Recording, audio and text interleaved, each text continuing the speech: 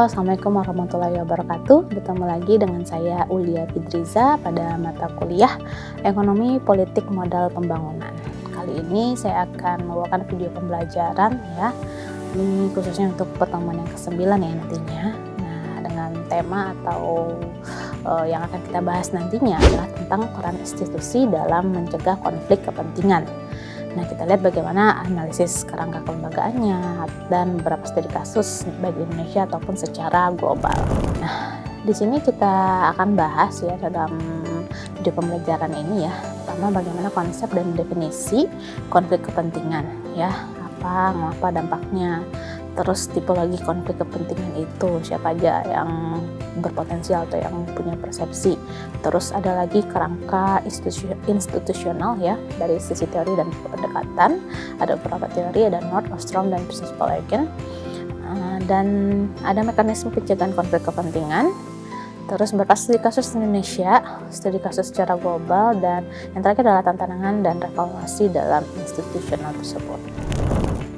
Nah, secara definisi atau konsepnya ya, konflik kepentingan itu akan terjadi ketika si kepentingan pribadi itu seseorang tuh muncul dan mempengaruhi atau tampak mempengaruhi pelaksanaan dan tugas dan tanggung jawab publiknya ya. Apa aja bentuk kepentingan pribadi? Misalnya ada finansial, keluarga, relasi bisnis, keanggotaan atau organisasi, dan ideologisnya juga. Nah, sehingga akan mempengaruhi kinerjanya atau fungsinya sebagai petugas publik ya, dalam mengambil keputusan, dalam mengalokasikan sumber daya, dalam fungsi pengawasan, regulasi ataupun menegakkan hukum. Nah, konflik kepentingan itu kan sering muncul terjadi, sehingga akan menjadi konflik ya ketika kepentingan pribadi itu bisa mengancam objektivitas, integritas seseorang, apalagi mereka adalah pejabat publik ya, dan independensi ya, apalagi pejabat publiknya itu sebagai hakim ya, atau sebagai yang mempunyai yudisial ya. Baik, nah secara tipologinya itu bisa kita lihat ada secara aktual, potensial, dan juga persepsi. Nah, aktual ini kita lihat ketika konflik itu terjadi secara nyata dan mempengaruhi keputusan dari si pejabat publik. Contohnya, ketika pejabat dinas PU menenangkan tender untuk perusahaan milik saudaranya, itu pasti secara aktual sudah ada terjadinya konflik kepentingan di dalamnya.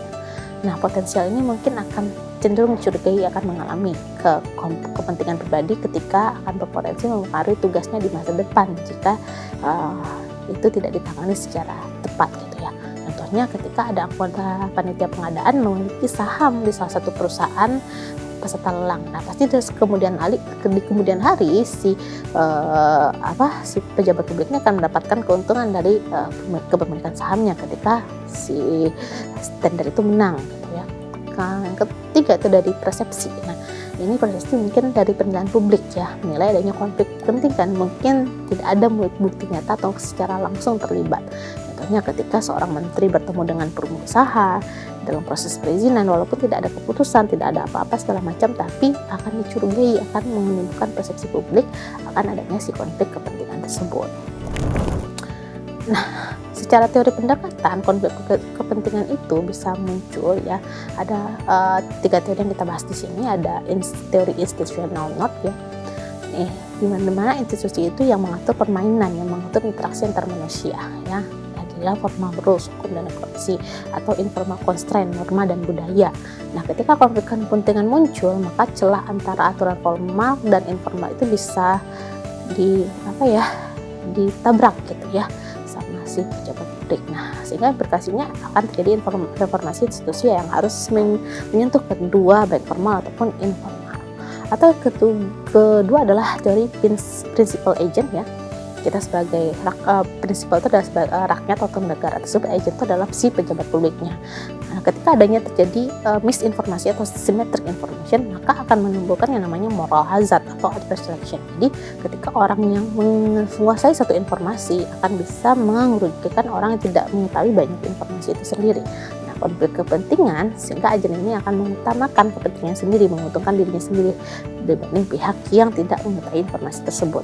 Makanya harus ada solusi. Contohnya ada insentif, monitoring, disclosure obligation, atau pengungkapkan harta kekayaan supaya tidak adanya asymmetric information, supaya tidak ada pihak-pihak yang dirugikan. Nah, ketika ada teori common pool resource ya. Nah, ketika sumber daya publik itu rentan dieksploitasi oleh pihak-pihak yang berkepentingan. Ya, contohnya ada institusi lokal yang robust ya, sehingga bisa mencegah yang namanya tragedy of commons. Terus bisa menerapkan namanya 8 prinsip desain institusi yang efektif, harus punya batas yang jelas, aturan dan konteks yang jelas, dan secara kolektif. Nah, ini juga bisa relevan untuk ketika konflik kepentingan itu terjadi pada sektor-sektor yang berdekatan bersinggungan dengan pemanfaatan hasil sumber daya alam. Nah, supaya kita bisa mencegah konflik kepentingan harus ada 3 pilar yang kita ikuti ya. Pertama, kita harus menciptakan yang namanya aturan formal dan transparan ya.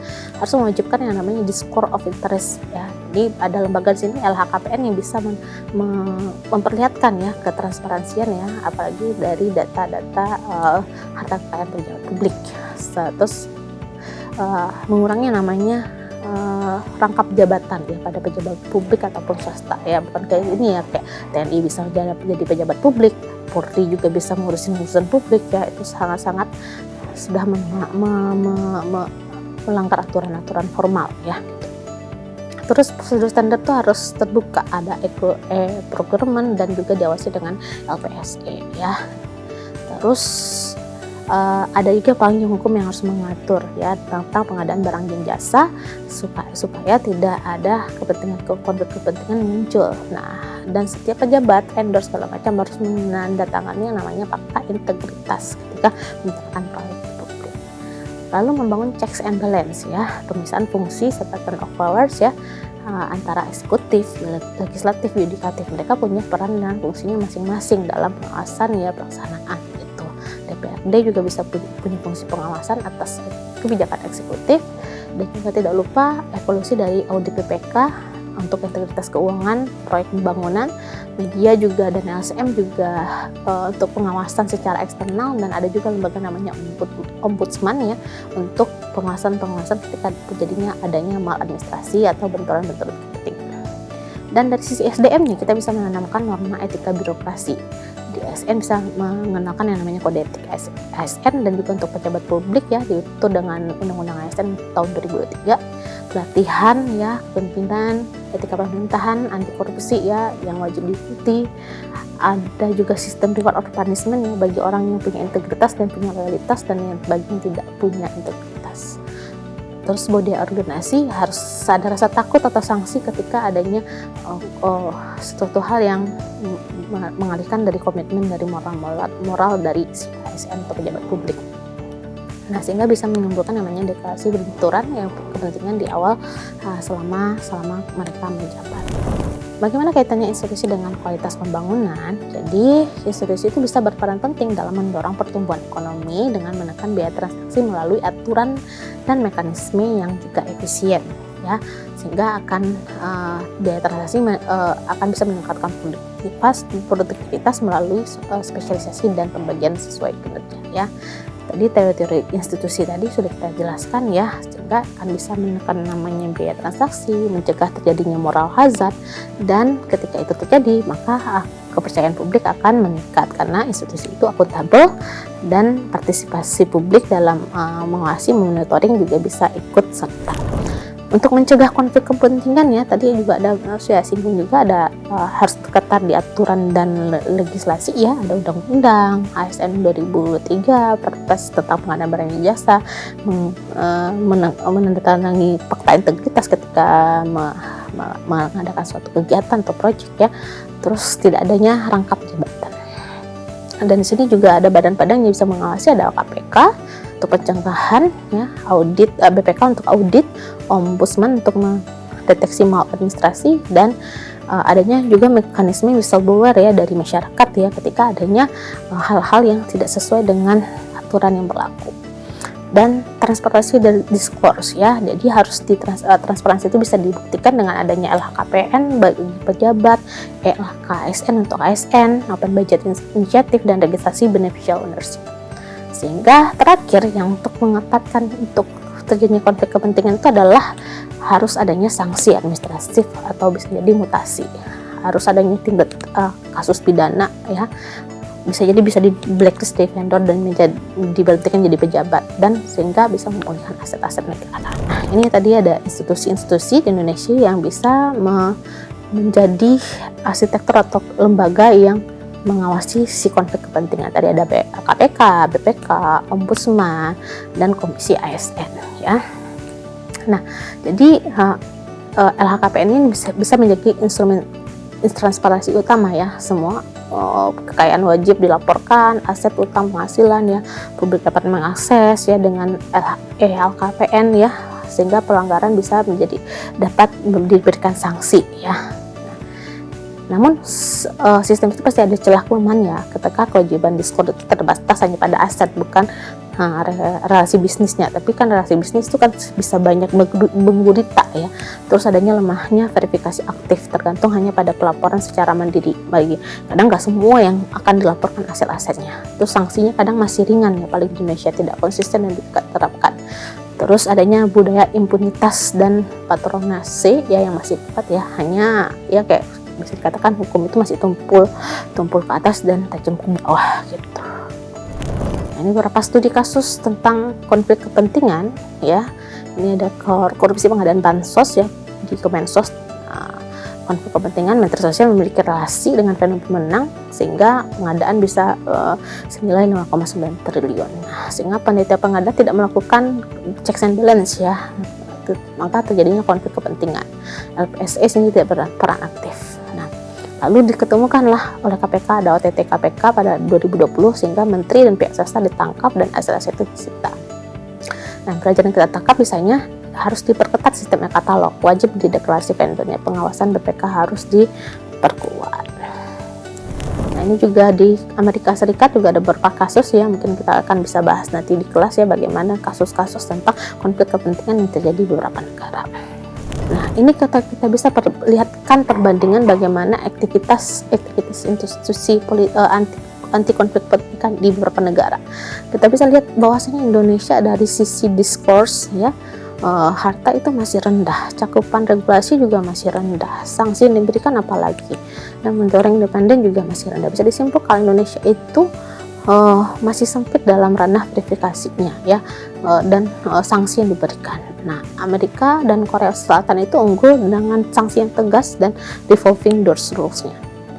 Sedangkan Eropa itu dalam monitoring dan supranasional, namun lemah di harmonisasi sanksinya.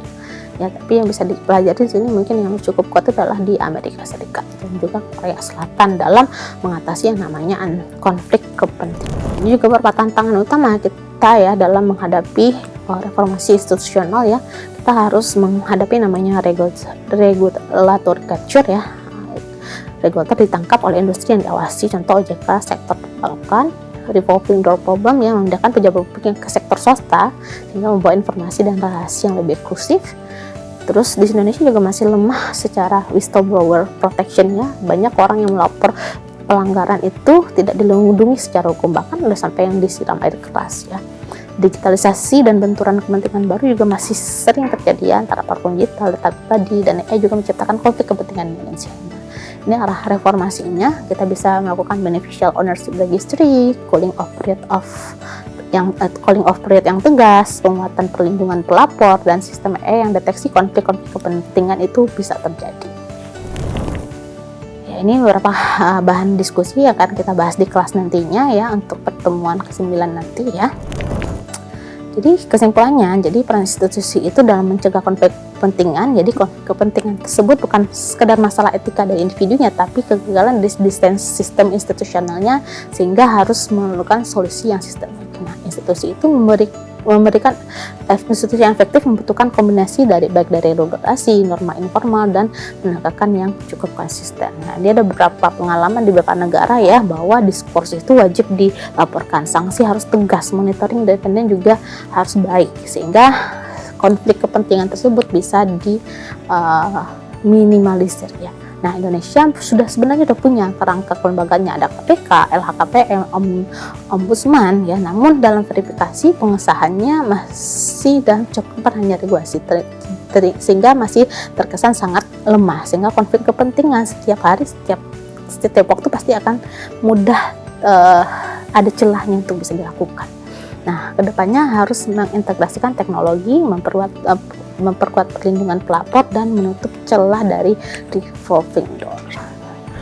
Oke, baik, sekian mungkin dari saya untuk video pembelajaran untuk pertemuan ke-9 ini. Terima kasih. Sampai ketemu pada video pembelajaran berikutnya. Assalamualaikum warahmatullahi wabarakatuh.